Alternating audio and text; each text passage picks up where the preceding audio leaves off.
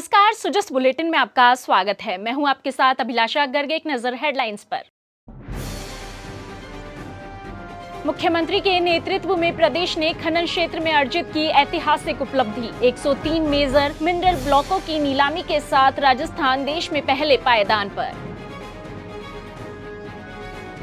मुख्यमंत्री अवधि पार ब्याज राहत योजना में बिलाडा और चित्तौड़गढ़ पीएलडीबी का शानदार प्रदर्शन। योजना में अब तक 5000 से अधिक ऋणी मामलों का पूर्ण निस्तारण। मुख्यमंत्री ने दी हरियाली अमावस्या की शुभकामनाएं। भोलेनाथ से सभी के जीवन में सुख समृद्धि स्वास्थ्य और शांति के लिए की कामना। मुख्यमंत्री श्री भजनलाल शर्मा के कुशल नेतृत्व में राजस्थान ने खनिज संसाधनों के क्षेत्र में ऐतिहासिक उपलब्धि हासिल की है। खान विभाग ने मेजर मिनरल ब्लॉक्स की नीलामी में नया कीर्तिमान स्थापित करते हुए राजस्थान को पूरे देश में पहले स्थान पर पहुंचा दिया है। केंद्र सरकार द्वारा वर्ष 2016 में लागू किए गए प्रावधानों के बाद देश भर में अब तक कुल 500 मेजर मिनरल ब्लॉक्स की नीलामी हुई है, जिनमें से 103 ब्लॉक्स अकेले राजस्थान में आवंटित किए गए हैं। यह आंकड़ा देश की कुल नीलामी का 20% से अधिक है। विशेष रूप से उल्लेखनीय है कि पिछले 18 महीनों में ही राजस्थान सरकार ने 64 ब्लॉकों की सफल नीलामी की है। मुख्यमंत्री श्री शर्मा की मंशा के अनुरूप खान विभाग ने अवैध खनन पर जीरो टॉलरेंस की नीति अपनाई है। साथ ही एक्सप्लोरेशन, डेलिनिएशन, ब्लॉक निर्माण और पारदर्शी ऑक्शन प्रक्रिया को मजबूती दी गई है। वर्ष 2024-25 में 34 मेजर मिनरल ब्लॉकों की नीलामी कर एक नया रिकॉर्ड बनाया गया, जबकि जुलाई 2025 तक 15 और ब्लॉकों की नीलामी की जा चुकी है। 12 ब्लॉकों की प्रक्रिया प्रगति पर है। रॉयल्टी राजस्व के क्षेत्र में भी राजस्थान ने नया कीर्तिमान स्थापित किया है। वर्ष 2024-25 में राज्य को कुल 9,228 करोड़ रुपए की रॉयल्टी प्राप्त हुई, जो पिछले वर्ष की तुलना में 24% अधिक है। राज्य सरकार ने नीलाम किए गए ब्लॉकों को जल्द से जल्द परिचालन में लाने की दिशा में पोस्ट ऑक्शन फैसिलिटेशन सेल का गठन किया है। इस सेल के माध्यम से राजस्व, वन, पर्यावरण, भारतीय खान ब्यूरो और सिया जैसे विभिन्न विभागों व स्टेक होल्डर्स के बीच समन्वय स्थापित कर अनुमतियों की प्रक्रिया को तेज किया जा रहा है। खान विभाग ने जुलाई माह में एक अभिनव पहल करते हुए सभी संबंधित विभागों को एक मंच पर लाकर खनिज ब्लॉकों व प्लॉट्स के परिचालन में गति देने की पहल की है। साथ ही आगामी नवंबर-दिसंबर 2025 तक 10 नई खानों को शुरू करने की रणनीति भी तैयार कर ली गई है। राजस्थान की पारदर्शी और प्रभावी ऑक्शन प्रक्रिया को भारत सरकार ने भी सराहा है। जनवरी 2025 में कोणार्क, उड़ीसा में आयोजित राज्य खनन मंत्रियों के तीसरे सम्मेलन में राजस्थान को देश में सर्वश्रेष्ठ प्रदर्शन के लिए प्रथम पुरस्कार से सम्मानित किया गया। अब तक राज्य में कुल 77 ब्लॉक्स के लिए माइनिंग लीज और 26 ब्लॉक्स के लिए कंपोजिट लाइसेंस जारी किए जा चुके हैं। इनमें प्रमुख रूप से 75 limestone, 11 iron ore, 5 base metal, 3 मैग्जीन, 2 गोल्ड, 4 सिलियस अर्थ, 2 पोटाश और 1 गार्नेट ब्लॉक शामिल है। मुख्यमंत्री श्री भजनलाल शर्मा ने हरियाली अमावस्या के पावन अवसर पर प्रदेशवासियों को शुभकामनाएं दी है। उन्होंने बाबा भोलेनाथ से सभी के जीवन में सुख समृद्धि, स्वास्थ्य और शांति के लिए कामना की। मुख्यमंत्री ने सोशल मीडिया पर लिखा, समस्त प्रदेशवासियों को हरियाली अमावस्या की हार्दिक शुभकामनाएं। बाबा भोलेनाथ से प्रार्थना है कि सभी पर अपनी कृपा बनाए रखे। मुख्यमंत्री का यह संदेश प्रदेशवासियों में उल्लास और आस्था का संचार करता है। राज्य सरकार की मुख्यमंत्री अवधि पार ब्याज राहत योजना के अंतर्गत बिलाडा और चित्तौड़गढ़ प्राथमिक सहकारी भूमि विकास बैंकों ने बेहतरीन प्रदर्शन किया है।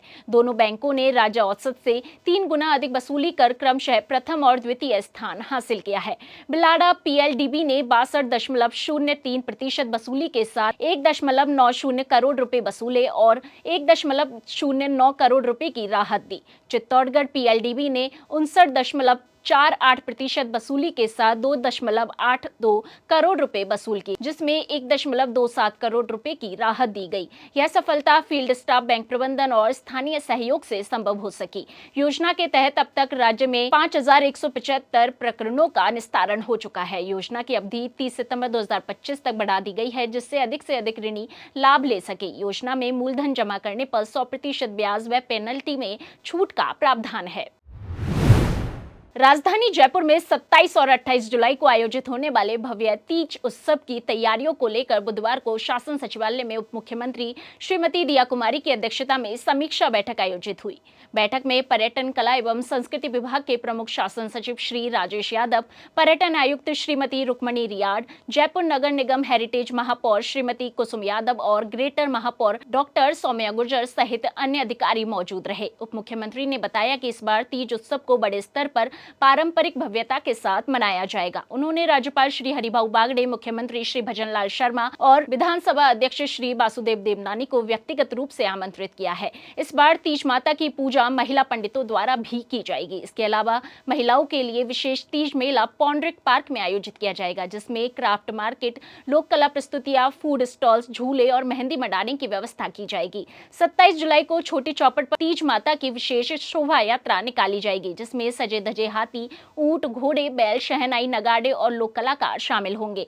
200 से अधिक लोक कलाकार अपने रंगारंग प्रस्तुतियों से जयपुर वासियों और पर्यटकों को मंत्रमुग्ध करेंगे। उप मुख्यमंत्री ने बताया कि तीज उत्सव का सीधा प्रसारण न केवल टीवी चैनलों पर बल्कि DOIT की सहायता से पूरे राजस्थान के 200 स्थानों पर स्क्रीन के माध्यम से किया जाएगा।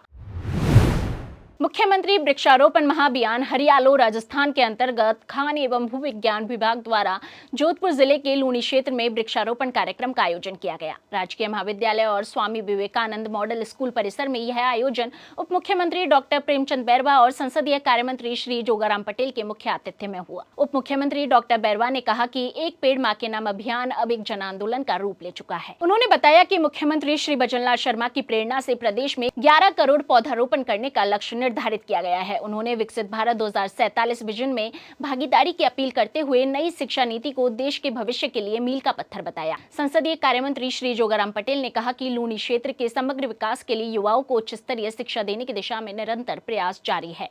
उन्होंने लूनी कॉलेज में गृह विज्ञान विषय शुरू करने और उसे स्नातकोत्तर महाविद्यालय बनाने की मांग की। कार्यक्रम के पश्चात उप मुख्यमंत्री डॉक्टर प्रेमचंद बैरवा और मंत्री श्री जोगाराम पटेल ने शिकारपुरा आश्रम पहुंचकर संत श्री राजाराम महाराज के दर्शन किए और प्रदेश की सुख शांति के लिए कामना की। जन स्वास्थ्य अभियांत्रिकी मंत्री श्री कन्हैयालाल चौधरी ने बुधवार को जल भवन में आयोजित विभागीय समीक्षा बैठक में कहा कि सभी पेयजल परियोजनाओं को तय समय सीमा में और पूरी गुणवत्ता के साथ पूरा किया जाए। उन्होंने मानसून सत्र के दौरान जल प्रबंधन को भी प्राथमिकता देने के निर्देश दिए। मंत्री ने जल जीवन मिशन और अमृत 2.0 के कार्यों की समीक्षा करते हुए इनकी प्रगति में तेजी लाने और बंद योजनाओं को पुनः चालू करने पर जोर दिया।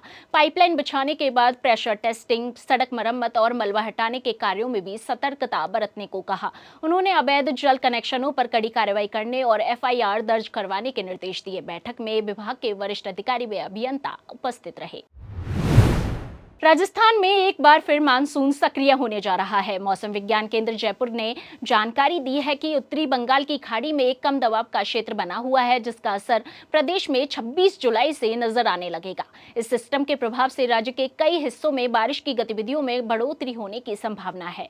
मौसम विभाग के अनुसार यह कम दबाव का क्षेत्र धीरे धीरे पश्चिम की ओर बढ़ रहा है और इसके प्रभाव से राजस्थान में विशेषकर पूर्वी, दक्षिण पूर्वी और कोटा, उदयपुर, भरतपुर, अजमेर जैसे संभागों में मध्यम से भारी बारिश हो सकती है।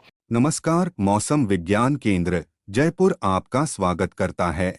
राजस्थान के दैनिक मौसम की जानकारी कुछ इस प्रकार है। पिछले 24 घंटों में राजस्थान के कुछ स्थानों पर हल्की से मध्यम व कहीं-कहीं भारी बारिश दर्ज की गई। राज्य में सर्वाधिक बारिश अटरू बारा में 89 मिलीमीटर दर्ज हुई है।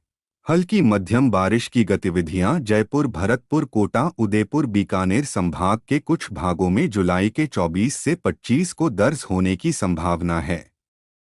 उत्तरी बंगाल की खाड़ी में आज कम दबाव का क्षेत्र बन गया है। इसके आगामी 24 घंटों में और तीव्र होकर सुस्पष्ट कम दबाव का क्षेत्र वेल मार्क्ड लो प्रेशर बनने की संभावना है। उक्त के प्रभाव से पूर्वी राजस्थान के कुछ भागों में 26 जुलाई से बारिश की गतिविधियों में बढ़ोतरी होने व 26 से 30 जुलाई के दौरान भारी बारिश का दौर सक्रिय होने की प्रबल संभावना है। इस दौरान पश्चिमी राजस्थान के कुछ भागों में भी बारिश की गतिविधियों में बढ़ोतरी होने की संभावना है। जुलाई के 27 से 28 के दौरान दक्षिण पूर्वी व दक्षिणी भागों में कहीं-कहीं भारी व अति भारी बारिश होने की संभावना है।